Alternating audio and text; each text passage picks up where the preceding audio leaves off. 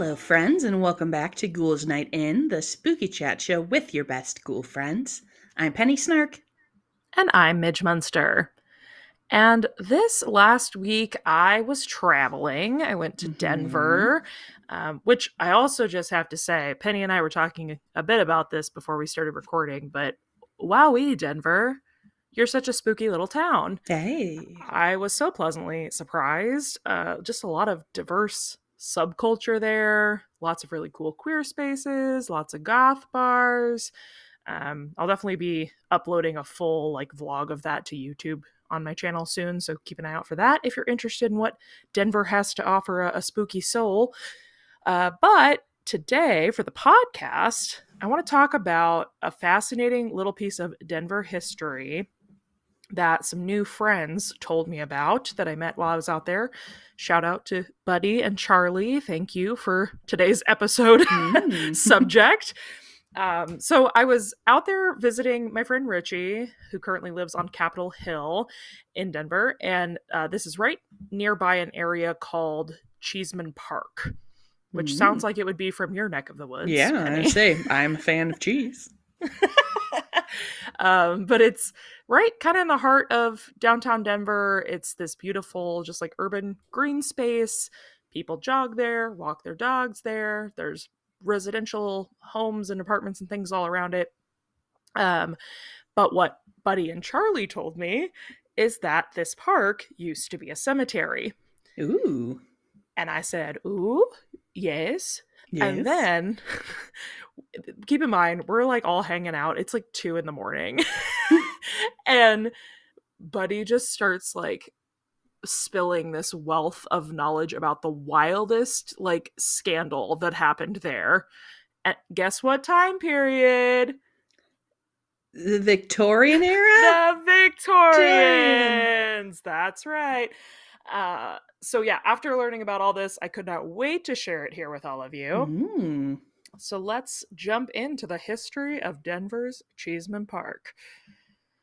So, as a part of the 1851 Cheyenne Arapaho land slash Fort Laramie Treaty, the land that is now known as Cheesman Park was now the article I read said it was acquired from the Native Americans. I said, okay, sure. So we're gonna put Sure, a big Jan. we're gonna put big old air quotes around acquired. But this land, before it was acquired, was a burial ground for the Arapaho Nation. So Mhm. one of the stipulations of this treaty was that any bodies buried at that location could not be buried deeper than 3 feet, Okay. so as to not disturb the indigenous people who were buried further there. Sure.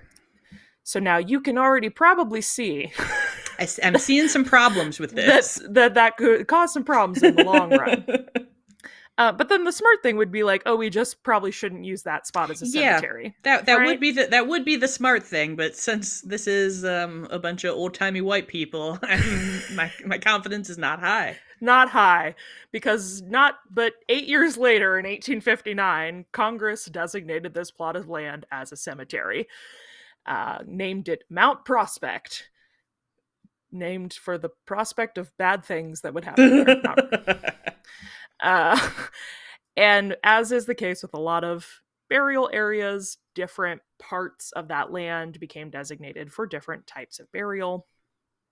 There was a west side. So this is a huge area, by the way. We're talking a massive, this is Denver area's first burial space. So everybody's being buried here in this ground where they said, hey, you only have 3 feet to work with. But kind of gets broken up. The west side of the cemetery is designated for fraternity fellows like the Freemasons and the Odd Fellows. Southwest corner turns into several different potter's fields, which you're not familiar with that term. That's where unclaimed bodies are buried, or paupers, people who can't afford burial. Then there was the Mid-South section that was designated for Chinese immigrants. Denver had Mhm. a really high Chinese population in the late 1800s and early 1900s. And so Okay. they had a whole area there for their cemetery. And of course, as time moves on, too, we start seeing areas based on religion. It's a Mhm. very large Catholic area of the cemetery, as well as eventually a Jewish burial ground as well. So lots of freaking people Yeah, lots of is people what going in here. is what you need to know. There are lots of different people from lots of different belief systems. There's a lot happening here. One particular place of interest as well is that one of these potter's fields is located behind we're going to air quote again, a hospital Mhm. that was known as the pest house. Ah, good. Yes. That's where I want to Uh, go to get my appendix out. so a pest house, apparently this is a common term throughout history. Okay. It's basically a plague house or a forcible quarantine area Sure. used for people afflicted with any kind of communicable disease like TB, cholera, smallpox, especially smallpox in this particular region Mm. and time, or like typhus, like all the good ones that we think of when we think of this time period. Um, and so, even though Denver's pest house is located like on this city cemetery, they're right there. Uh, the people who passed there were mostly unclaimed due to the nature of the situation or Mhm. could not afford burial. And so this means that they are dumped into a mass grave behind the pest house, a mass grave that is now the location of the community gardens at the current Denver Botanical. Hey. So that's fun and interesting, and most certainly won't come back later in the episode. Lots happening here. A breeding ground for 99 unhappy haunts. Mhm. Most definitely. But wait, Penny, it gets so much worse. Oh no. So January 1890, another act of Congress is authorized, and they say, you know what? We don't really like that the center of this city area has turned into this burial ground. It's not super well kept, especially because there's so much happening. Mhm. Like, they have basically one guy that's running this whole thing for 50 different groups of people and all these potter's fields, and they're like, that doesn't look very nice. We're going to pass an act of Congress for Congress Park. See what they Okay. did there? They Yeah, they're like, said, this is us. look, look what we did. We gave you a beautiful park instead of a poorly maintained cemetery. Except, guess what, Penny? That's not what they did at all. Um, it's and they came out and said, actually, even though we did this, it's going to be the responsibility of the decedents' families to Oh, claim their bodies and relocate them before we start building our park. sure. First of all, yikes to begin with, like Yeah. horrible. Big yikes. And like burial's not cheap or like easily accessible to most families. So there's that, but there's also, hey Midge, didn't you say that there were lots of potter's fields of unclaimed bodies Yeah. Yeah. and people who died from plagues dumped into a mass grave? Why, yes, attentive listener, I did say that.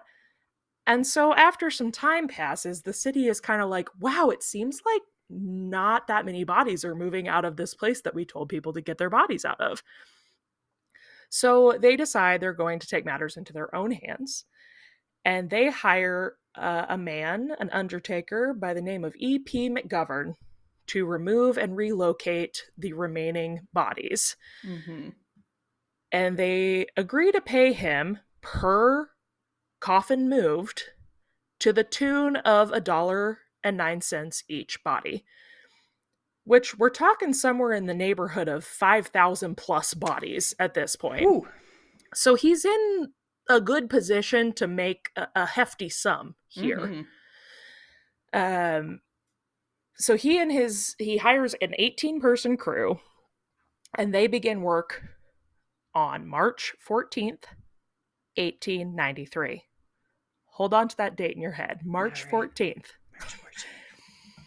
Uh, and they start moving bodies to Riverside Cemetery, is this other plot of land that the city has designated as a cemetery to say we're going to disinter here and reinter at Riverside.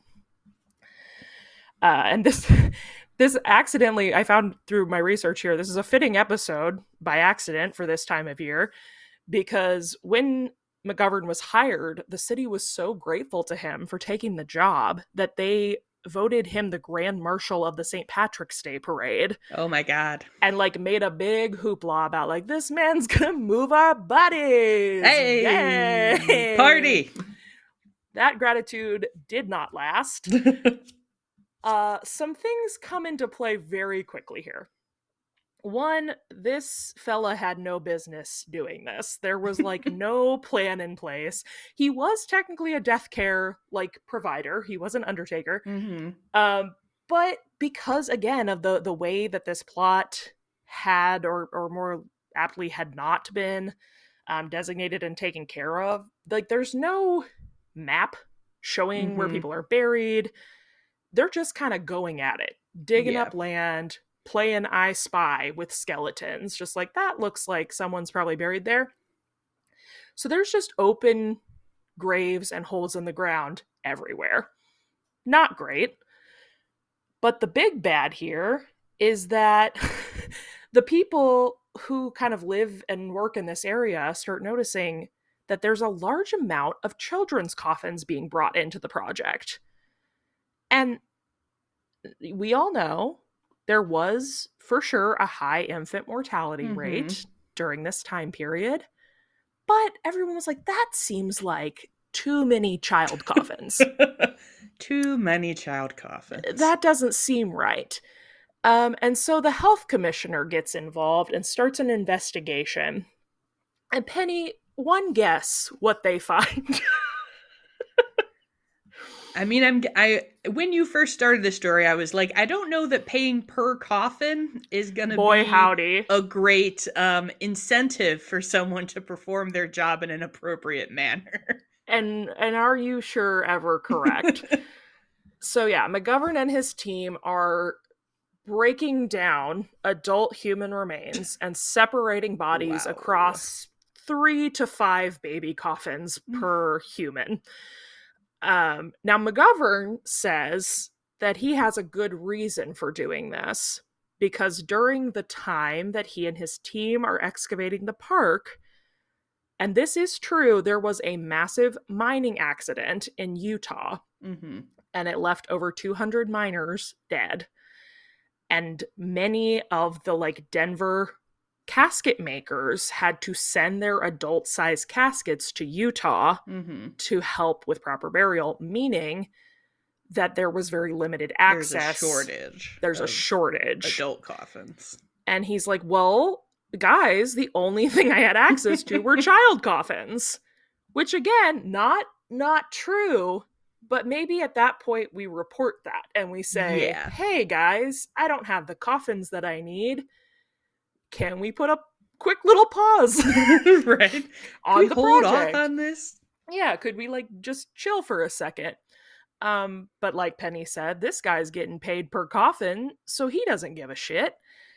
There is an article published in the Denver Republican on March 19th, 1893. What was that first date, everybody? March 14th. 5 days. Been 5 days. Less than a full week. An article published titled The Work of Ghouls, which around here would be a beautiful compliment. Right. But in this case, not so much. Not so much. This is a direct quote from this article. The line of desecrated graves at the southern boundary of the cemetery sickened and horrified everybody by the appearance presented. Around the edges were piled broken coffins, rent and tattered shrouds, and fragments of clothing that had been torn from dead bodies, all trampled into the ground by the footsteps of gravediggers like rejected junk. Oof. Not great. And while some of these bodies that they're dismembering may have been skeletal remains, there were many more fresh burials and remains, which we'll get more into that in a bit, but there wasn't a lot of decomposition happening at the 3 to 4 foot burial mark. So many of these bodies are flesh and bone and being broken down to fit in these baby coffins. Yuck. Similarly, in the Chinese part of the cemetery, there were local Chinese community members who were brought in to deal with their community. And these are not death industry professionals. They are just people who are helping out because they're trying to prepare the bodies for a return to China for proper burial in like native soil. Well, we got to get the remains in a state where they can be shipped on a boat. So unfortunately, this included stripping bones of any flesh material, and a lot of that matter was just left lying around the cemetery. So there, again, are residents that live around this quote park. This great new park. This beautiful park that Congress gave us. Thank you, Congress. I can't even count how many times I've said that this week.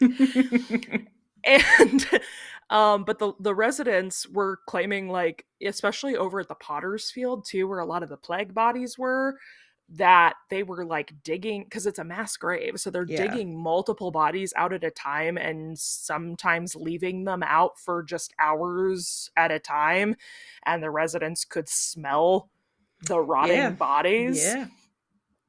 And again, this was the scene on March 19th. 5 days in. 5 days. So it goes without saying. And 5 days in, and one that he probably took off to be in the parade, so it wasn't even 5 days of work. Yeah. Nope. Just absolute lunacy, quite frankly. And goes without saying that this contract was ended pretty immediately. The decision was made to halt the removal of the bodies and seal the land. However, McGovern was like, well, my job description said move the bodies, not deal with the aftermath. So him and his crew just up and leave with the land full of holes, open graves, exposed bodies, just destroyed and horrific. And at this point, I think it's also fun to mention that Edward P. McGovern was one of the founding members of the Colorado Funeral Directors Association. Hey, great job, bud. Wow. I have a whole slew of episodes that I could do about just like predators in the funeral industry, but this is like one of the OGs, Mr. McGovern. Wow. So again, this is 1893. They've sealed the project, and the city was like, well, damn, that was crazy. And they throw up a wooden fence around the land and then leave it like that until 1902. Damn. What? What? 7 years? No, 10, almost 10 years. Wow. 9 years. 9 That's years. insane. And they do some minor like stuff between them, but not really. And there was a guy in like the late 1890s who had like a park plan, and then he died before anything happened. So they were like, oh, well, we'll get to it at some point. And it just sat like that. And then 1902, they come in. They're like, well, we should fill these holes, I guess. And they do that, and they like plant some bushes and other things you would find in a park. And the remaining bodies that were just kind of like chilling real close to the surface are reinterred at either that Riverside plot that I mentioned earlier or Mount, I don't know if it's Olivet or Olivet. Um, and this is a whole other thing because the Riverside plot that the city purchased to reinter the bodies is exactly where it sounds like it would be. And so it floods constantly. Ah, good. A great And feature in a cemetery. a perfect thing to have, Famously really. an awesome thing when there's buried bodies. So, like, several bodies have been washed downstream over the years. These poor people just, like, cannot rest in peace. It's bad. But as far as Cheesman goes, or Congress Park, or what, it's all the same thing.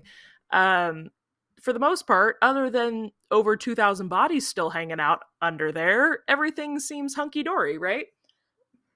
But remember how we were talking about that little thing about how all those 2,000 bodies could be buried no more than 3 feet under the ground? Well, wouldn't you know it, that caused some problems later also. In fact, over the years, there have been several many occasions of bodies and or caskets just surfacing outside, popping up. just popping right up, bones sticking out. With the most recent being an arm bone that surfaced during an irrigation-related dig in 2022. Hey! Just a few years ago at that little old pest house turned botanic garden. And in a line of things that Penny loves to talk about, we're going to talk about what happens when you body a berry. Body a berry. When you bury a body at like 3 feet. Yeah. So in 2011, they were doing some digging in the park and they unearthed 4 extremely well-preserved skeletons. And the coroner's office comes out, dates the bones to be at about a little over a century old. Okay. Weird. So it's found that their condition is likely due to this shallow depth of burial causing acidic conditions that would speed up the natural decay process. / also, like, Denver air is very dry. Yeah. It's kind of like what we get in the high desert, but different, obviously. But because they're so close to the surface and they're being exposed to this, like, rain and then dry air and then moisture and then dry air and then there's this acidic soil, they just become more or less little bone mummies. Hey. And there's no other flesh, clothing, any other kind of coffin remains, anything around these skeletons, other than some handles from the caskets and nails, coffin nails. And then they also find a hair comb, a single clothes button that's like made out of bone, and a 22 caliber bullet with like brain lining from one of the skeletons. Eee. But everything else has disintegrated, but the skeletons are in perfect condition. So this is crazy, and like I said, not the last time. Anybody who like lives or works in this area is like, yeah, sometimes you just find bones. There's also a news story of a family's dog that like returned home from the park with a human pelvis in its mouth. Oh no. Dogs be doing that. Well, they be digging, and they're like I love bones. I love bones, and it was right there. Sometimes dogs don't know what kind of bones they are. They don't. Can't blame the dog, but we can blame the people who thought this was a good idea. So if you take nothing else from this episode, bury your people at least 6 feet, first of all. Please. But with all the unrest that these poor bodies and souls have experienced, it's no surprise that this is considered a very haunted AF location. Sure. There are, the classic stories of like hearing weeping and all those things you hear in a cemetery. But what I found very interesting is that this area is the inspiration for the 1980s horror film The Changeling, Mm. and is based on the unexplainable events that the musical arranger Russell Hunter experienced while living in an old house in Cheesman Park in the late 1960s. And he claimed that when he lived there, the house would like the walls would vibrate and knock things off like the walls, knock things off the furniture, Hmm. and he would wake up every morning at 6 a.m. to like violent crashing noises that would go until he like got up and put his feet on the ground, and then they would stop. Um and he eventually found a hidden staircase in the house that led to an attic where he found the journal of a young boy, and it like chronicled this boy's time being isolated in the attic of the house. There's some interesting things here where like some historians of stuff have come in and been like that, like the information you're giving versus what was happening in this area at the time like doesn't match up. Yeah. But even though that may be true and that house has since been demolished and turned into apartments, it has certainly become one of Cheeseman's most recognizable ghost stories. Hmm. And there are so many in this surrounding area. I find it just fascinating. What say you, Penny? Would you live in Cheeseman Park or take your dog for a walk in a desecrated burial ground?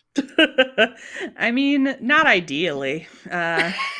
It wouldn't be my first choice, I was gonna say, but even as a skeptic of like spiritual nature, this just has kind of like, ooh. yeah, kind of ooky vibes. Definitely not if I had a dog. I would be like, we're not going in there, bud. I don't need you bringing me any pelvises. Right. It's just so crazy. My friend lives like right there. Like we kept driving past this place and he'd be like, "Oh yeah, my friend lives over there in Cheeseman." And I was like, "Oh cool." And that was the whole conversation until my last day in Denver. And then we were literally talking about like weird burial facts or something. And Buddy Hmm. was like, "Oh, you know about the history of Cheeseman?" And I was like, "I do not." And then this happened. Incredible. Wild. So if any of our listeners grew up around this area, I would love to hear like if you have tales to tell about spending time in Cheeseman Park or Congress Park, or if you what's also crazy is Richie worked at the botanical gardens when he first got there and Yeah. was like, "Oh, huh." Huh. Like, I was like, "How is this not the first thing you told me?" I was definitely briefly excited and side googling on this Midge Uh-huh. because I told you when we were talking about Denver before that Oh, one of my best yes. friends lives out there, and I was out there for her wedding, which I was like, wasn't her wedding at the botanical gardens? But Oh. it was at like a secondary. They have like a prairie farm location, Like so at it was another location. not at this place. Disappointingly, I would have loved to have Dang. been in a wedding at a Yeah. desecrated burial ground. Yeah. Well, and then like of course too, which is so silly because people have this about like the Spanish moss in Savannah too, where they're like, it's the bodies feeding the plants, and that's why everything's so beautiful at the botanical gardens. Which probably not, but that Yeah. is an iconic thought. Yes. Anyway, there's a billion more stories about this area. This episode could have been 6 hours long, but a fun little dive into a weird bit of history. Thank you again, Buddy and Charlie, for bringing this to my attention. Yes. Uh, Delightful. yeah, I just never would have found that without them. So very, very cool. That being said, listeners, if you have something weird and cool you'd like for us to look into for this podcast, we have a great place for you to share that with us now. We recently launched a Ghouls Night In Discord, and it has been so fun to be able to chat with Yes. you all. We have a whole channel dedicated to y'all telling us what you'd like to hear about next on the pod. So please join us over there. There is a link in the episode notes, or you can also find that link over on our Instagram at Ghouls Night In Pod. And if you love this podcast and you'd like to leave us a review, that really helps us out. So if you can do that where you listen, we love that. Or you can submit those to that same Instagram as a DM, or leave us comments on Podbean or Spotify. We do see those as well. Penny has something. I don't remember where it came from. Spotify comment to It is a share? Spotify comment. So this comment is from Violette, who says, Ooh. first time commenting, but I've been listening for who knows how long. I love this pod and put on an episode when I'm in dire need of a Halloweeny mood boost. Super Mhm. happy for a Twilight Zone app. My intro to the series was watching the New Year's marathon on TV as a kid. Nightmare at 20,000 feet is why I'm still freaked out to look out a window at night. My high school showed an episode for class 2, but it was an occurrence at Owl Creek Bridge. Keep up the awesome work. Love you, ghouls. Heart. Aw, thank you. Yes, thank you, Violettes. Also, best name ever, maybe. Right? Very good. Oh, thank you so much for that. Yes, please continue to share and leave those reviews, and just share your experiences with us. That means so much to us. It's so fun to connect with y'all in these new and different ways. And get over there to that Discord. We are surely having a good time over there, and I We love being are. able to like directly chat with y'all. That's very cool. And if you are looking for either of us personally, you can find me all over the web at Midge Munster. And you can find me at Penny Snark. And until next time, Goodbye. goodbye.